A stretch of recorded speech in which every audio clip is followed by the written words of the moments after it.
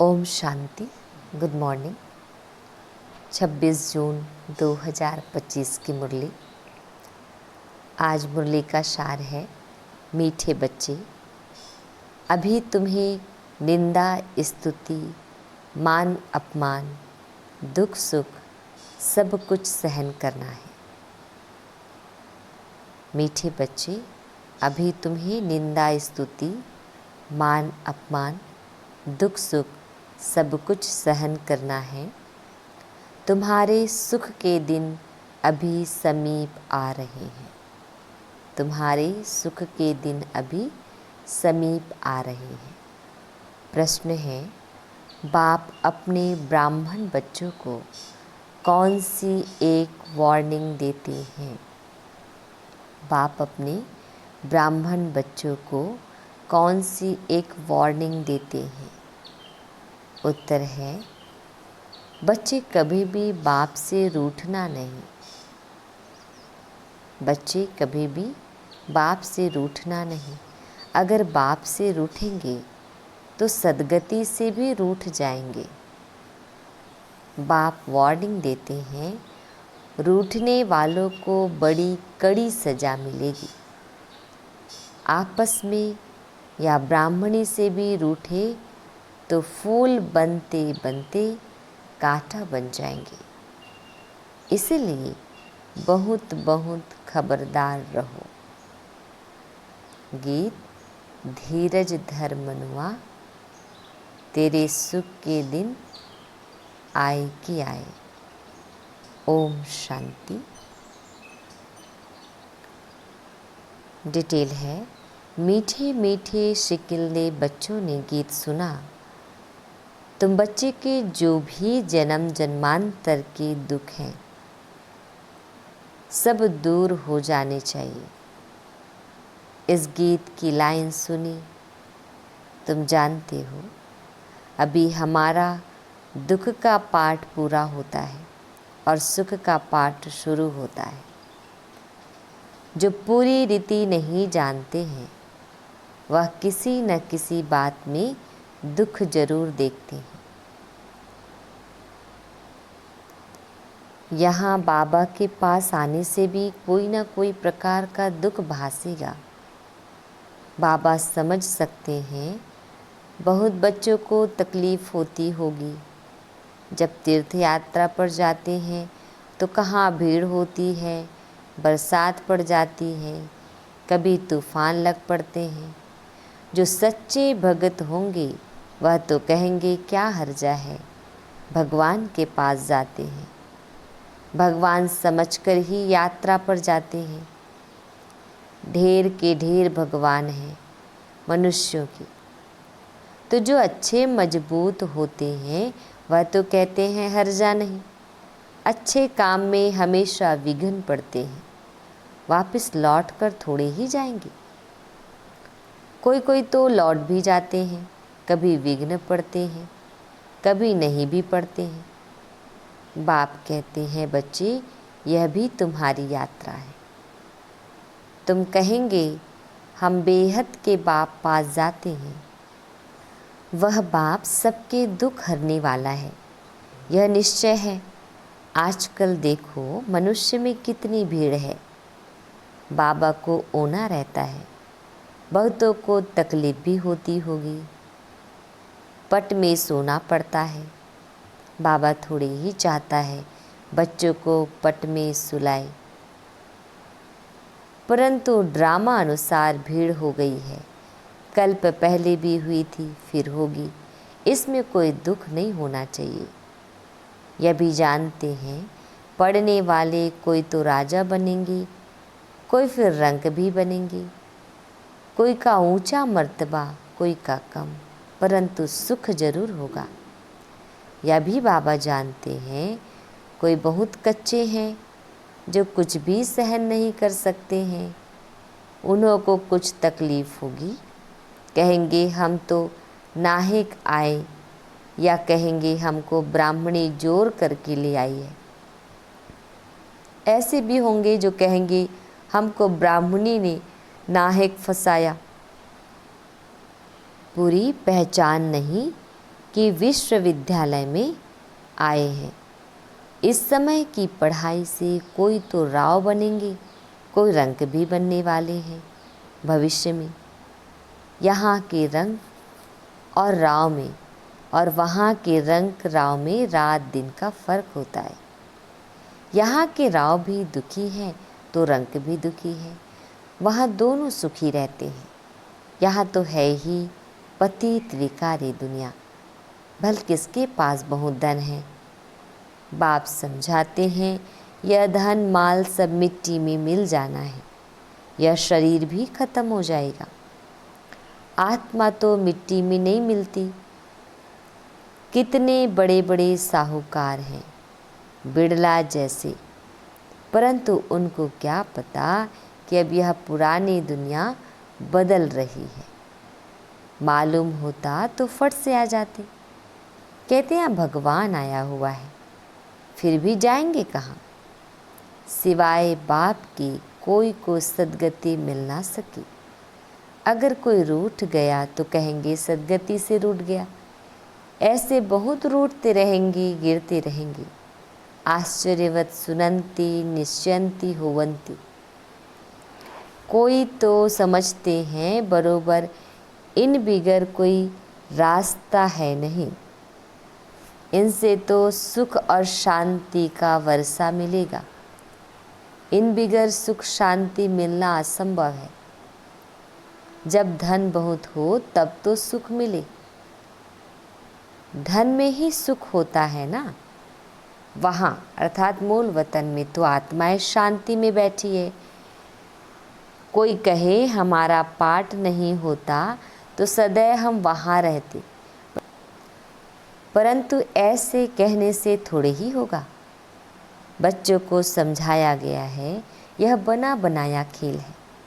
बहुत है जो किसी न किसी संशय में आकर छोड़ जाते हैं, ब्राह्मणी से रूठ जाते हैं या आपस में रूठ कर पढ़ाई छोड़ देते हैं। अभी अभी तुम यहाँ फूल बनने के लिए आए हो, महसूस करते हो बरोबर हम कांटे से फूल बन रहे हैं। फूल जरूर बनना है। कोई को कुछ संशय है, फलाना यह करते हैं, यह ऐसे है, इसलिए हम नहीं आएंगे, बस रूठ कर जाए घर में बैठ जाते हैं। बाप कहते हैं और सबसे तो भल रूठो, लेकिन एक बाप से कभी नहीं रूठना। बाबा वार्निंग देते हैं सजाएं बहुत कड़ी है। गर्भ में जो भी सजाएं मिलती है सब साक्षात्कार कराते हैं। बिगर साक्षात्कार की सजा मिल नहीं सकती। यहाँ का भी साक्षात्कार होगा। तुमने पढ़ते पढ़ते आपस में लड़ झगड़ कर रूठ कर पढ़ाई छोड़ दी थी। तुम बच्चे समझते हो हमको फादर से पढ़ना है, पढ़ाई कभी छोड़नी नहीं है। तुम यहाँ पढ़ते ही हो मनुष्य से देवता बनने। ऐसे ऊंचते ऊंच बाप के पास तुम मिलने आते हो। कभी जास्ती आ जाते हैं, ड्रामानुसार कुछ तकलीफ़ हो पड़ती है। बच्चों को अनेक तूफ़ान आते हैं, फलानी चीज़ ना मिली, यह नहीं मिला, यह तो कुछ भी नहीं है। जब मौत का समय आएगा तो अज्ञानी मनुष्य कहेंगे हमने क्या गुनाह किया है, नाहिक जो हमें मारते हैं। उस पिछाड़ी के पाठ को ही कहा जाता है खूने नाहक पाठ। अचानक बॉम्ब्स गिरेंगे, ढेर के ढेर मरेंगे, यह खूने नाहक हुआ ना। अज्ञानी मनुष्य ऐसे चिल्लाएंगे। तुम बच्चे तो बहुत खुश होते हो क्योंकि तुम जानते हो इस दुनिया का विनाश होना ही है। अनेक धर्मों का विनाश ना हो तो एक सत्य धर्म की स्थापना कैसे होगी। आदि सनातन देवी देवता धर्म। सतयुग में एक आदि सनातन देवी देवता धर्म था। किसको क्या पता सतयुग आदि में क्या था। यह है पुरुषोत्तम संगम युग। बाप आए ही हैं सबको पुरुषोत्तम बनाने। सबका बाप है ना। ड्रामा को तो तुम जान गए हो। सब तो सतयुग में नहीं आएंगी, इतनी करोड़ों आत्माएं सतयुग में थोड़ी ही आएगी। यह है डिटेल की बातें। बहुत बच्चियां हैं जो कुछ भी समझती नहीं, भक्ति मार्ग के हिरे हुए हैं, ज्ञान बुद्धि में बैठ न सकी, भक्ति की आदत पड़ी हुई है। कहते हैं भगवान क्या नहीं कर सकता, मरे हुए को जिंदा कर सकते हैं। बाबा के पास आते हैं, कहते हैं फलाने मनुष्य ने मरे हुए को जगाया, तो क्या भगवान नहीं कर सकता है? कोई ने अच्छा काम किया तो बस उसकी महिमा करने लग पड़ते हैं, फिर उनके हज़ारों फॉलोअर्स बन जाएंगे। तुम्हारे पास तो बहुत थोड़े आते हैं, भगवान पढ़ाते हैं, फिर इतने थोड़े क्यों? ऐसे बहुत कहते हैं। अरे यहाँ तो मरना होता है, वहाँ तो कनरस है, माना कानों को अच्छे लगने वाले। बड़े भपके से बैठ गीता सुनाते हैं, भगत लोग सुनते हैं। यहाँ कनरस की बात नहीं, तुमको सिर्फ कहा जाता है बाप को याद करो। गीता में भी यह अक्षर है, मन मना भव। बाप को याद करो तो विक्रम विनाश होंगे। बाप कहते हैं अच्छा ब्राह्मणी से व सेंटर से रूठ जाते हो, अच्छा यह तो काम करो और संग तोड़ अपने को आत्मा समझो, एक बाप को याद करो। बाप ही पतित पावन है, बस बाप को याद करते रहो, स्वदर्शन चक्र फिराते रहो। बार बार स्वयं का दर्शन और चक्र, माना किन किन युगों में मेरा कौन कौन सा पार्ट था, इतना याद किया तो भी स्वर्ग में जरूर आएंगी। स्वर्ग में ऊंच पद तो पुरुषार्थ के अनुसार ही मिलेगा। प्रजा बनानी पड़े, नहीं तो रजाई किस पर करेंगे। जो बहुत मेहनत करते हैं ऊंच पद भी वही पाएंगे। ऊंच पद के लिए ही इतना माथा मारते हैं, पुरुषार्थ बिगर कोई रह नहीं सकता। तुम बच्चे जानते हो ऊंचते ऊंच पतित पावन बाप है। मनुष्य महिमा भल गाते हैं परंतु अर्थ नहीं समझते हैं। भारत कितना साहूकार था, भारत है स्वर्ग, वंडर ऑफ वर्ल्ड, वह 7 वंडर्स माया की। सारी ड्रामा में ऊंचते ऊंच है स्वर्ग, नीचते नीच है नरक। अभी तुम बाप के पास आए हो, जानते हो मीठा बाबा इतना ऊंचते ऊंच ले जाते हैं, उनको कौन भूलेंगे। बल कहा भी बाहर जाओ, सिर्फ एक बात याद रखो, बाप को याद करो, माना परमात्मा को। बाप ही श्रीमत देते हैं, भगवान वाच, न कि ब्रह्मा भगवान वाच। शिव परमात्मा की वाणी है। बेहद का बाप बच्चों से पूछते हैं, बच्चे हम तुमको इतना साहूकार बना कर गए, फिर तुम्हारी दुर्गति कैसे हुई? परंतु सुनते ऐसे हैं जैसे कुछ भी समझते नहीं। तो बच्चों को थोड़ी तकलीफ होती है, दुख सुख स्तुति निंदा भी सब सहन करना पड़ता है। यहाँ के मनुष्य देखो कैसे हैं, प्राइम मिनिस्टर को भी पत्थर मारने में देरी नहीं करते हैं। कहते हैं स्कूल के बच्चों का न्यू ब्लड है, बहुत महिमा करते हैं उनकी, समझते हैं यह फ्यूचर का न्यू ब्लड है। परंतु वही स्टूडेंट दुख देने वाले निकल पड़ते हैं, कॉलेजों को आग लगा देते हैं, एक दो को गाली देते रहते हैं। बाप समझाते हैं दुनिया का क्या हाल है। ड्रामा का एक्टर होकर भी ड्रामा के आदि मध्य अंत और मुख्य एक्टर्स आदि को नहीं जानते हैं, तो उन्हें क्या कहें। कहने का मतलब है कि हम अपने पार्ट को नहीं जानते। आदि में क्या था, माने सारे युगों की बात, और फिर जो मुख्य एक्टर्स माना परमात्मा को भी नहीं जानते हैं। तो बड़े थे, बड़ा कौन है, उसकी बायोग्राफी को तो जाननी चाहिए ना, कुछ भी नहीं जानते। ब्रह्मा विष्णु शंकर का क्या पार्ट है, धर्म स्थापकों का क्या पार्ट है, मनुष्य तो अंधश्रद्धा में आकर सबको प्रिसेप्टर कह देते हैं, माना सबका अलग अलग रोल है। गुरु तो वह जो सद्गति करता है। अब सर्व का सद्गति दाता तो एक ही परम पिता परमात्मा शिव है। वह परम गुरु भी है, फिर नॉलेज भी देते हैं। तुम बच्चों को पढ़ाते भी हैं, उनका पार्ट भी वंडर है। धर्म भी स्थापन करते हैं और सभी धर्मों को खलास भी करते हैं, माना आदि सनातन देवी देवता धर्म की स्थापना करते हैं, बाकी सभी धर्म समाप्त हो जाते हैं। और तो सिर्फ धर्म स्थापन करते हैं, स्थापना और विनाश करने वाले को ही गुरु कहेंगे ना।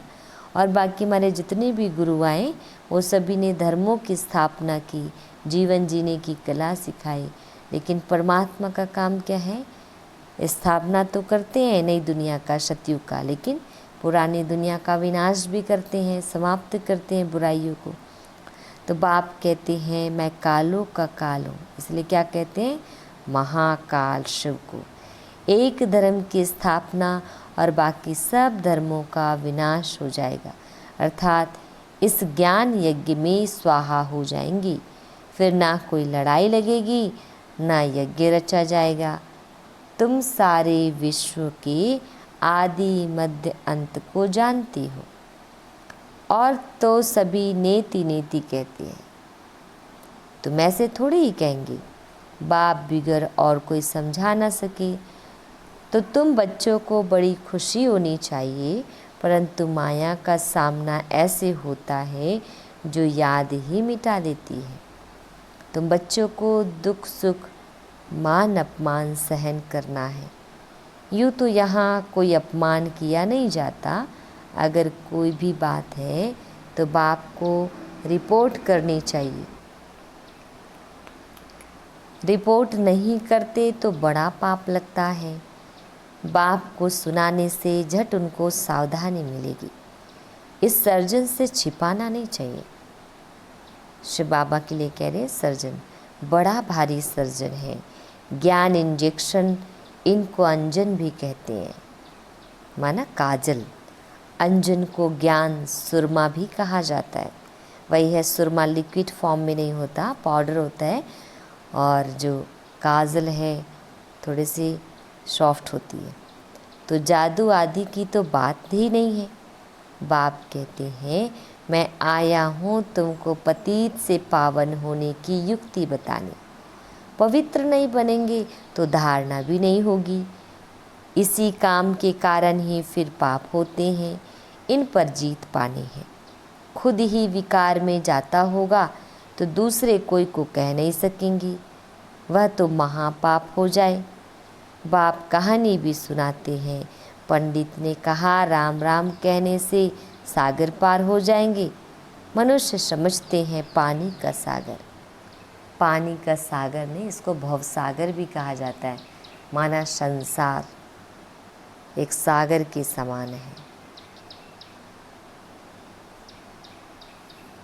जैसे आकाश का अंत नहीं, वैसे सागर का भी अंत नहीं पा सकते हैं। ब्रह्म महतत्व का भी अंत नहीं। यहाँ मनुष्य अंत पाने का पुरुषार्थ करते हैं, वह कोई पुरुषार्थ नहीं करते। यहाँ कितना भी दूर जाते हैं फिर लौट आते हैं। पेट्रोल ही नहीं होगा तो आएंगे कैसे? यह है साइंस वालों का अति अहंकार, उससे विनाश कर देते हैं। एरोप्लेन से सुख भी है, फिर उनसे अति दुख भी है। अच्छा, मीठे मीठे शिकिल दे बच्चों प्रति माता पिता बाप दादा का याद प्यार और गुड मॉर्निंग। रूहानी बाप की रूहानी बच्चों को नमस्ते। हम रूहानी बच्चों की रूहानी माता पिता बाप दादा जी को याद प्यार गुड मॉर्निंग और नमस्ते। शुक्रिया मीठे प्यारे बाबा, आपका लाख लाख शुक्रिया। धारणा के लिए मुख्य सार है, फर्स्ट पॉइंट है किसी भी कारण से पढ़ाई नहीं छोड़नी है। सजाएं बहुत कड़ी है, उनसे बचने के लिए और सब संग तोड़ एक बाप को याद करना है, रूठना नहीं है। सेकेंड पॉइंट, ज्ञान इंजेक्शन व अंजन देने वाला एक बाप है। उस अविनाशी सर्जन से कोई बात छिपानी नहीं है। बाप को सुनाने से झट सावधानी मिल जाएगी। वरदान, तन की तंदुरुस्ती, मन की खुशी और धन की स्मृति द्वारा श्रेष्ठ भाग्यवान भव। तन की तंदुरुस्ती, मन की खुशी और धन की समृद्धि द्वारा श्रेष्ठ भाग्यवान भव। डिटेल है, संगम युग पर सदा स्व में स्थित रहने से तन का कर्म भोग सूली से काटा हो जाता है। तन का रोग योग में परिवर्तन कर देती हो, इसलिए सदा स्वस्थ हो। मन मनाभव होने के कारण खुशियों की खान से सदा संपन्न हो, इसीलिए मन की खुशी भी प्राप्त है और ज्ञान धन सब धनों से श्रेष्ठ है। ज्ञान धन वालों की प्रकृति स्वतः दासी बन जाती है और सर्व संबंध भी एक के साथ है। संपर्क भी होली हंसों से है, इसलिए श्रेष्ठ भाग्यवान का वरदान स्वतः प्राप्त है। स्लोगन, याद और सेवा दोनों का बैलेंस ही डबल लॉक है। स्लोगन, याद और सेवा दोनों का बैलेंस ही डबल लॉक है। याद और सेवा दोनों का बैलेंस ही डबल लॉक है। अव्यक्त इशारे आत्मिक स्थिति में रहने का अभ्यास करो, अंतर्मुखी बनो। डिटेल है, जैसे अनेक जन्म अपने देह के स्वरूप की स्मृति नेचुरल रही, वैसे ही अपने असली स्वरूप की स्मृति का अनुभव थोड़ा समय भी नहीं करेंगे क्या? या पहला पाठ कंप्लीट करो, तब अपनी आत्म अभिमानी स्थिति द्वारा सर्वात्माओं को साक्षात्कार कराने के निमित्त बनेंगे। अच्छा, ओम शांति।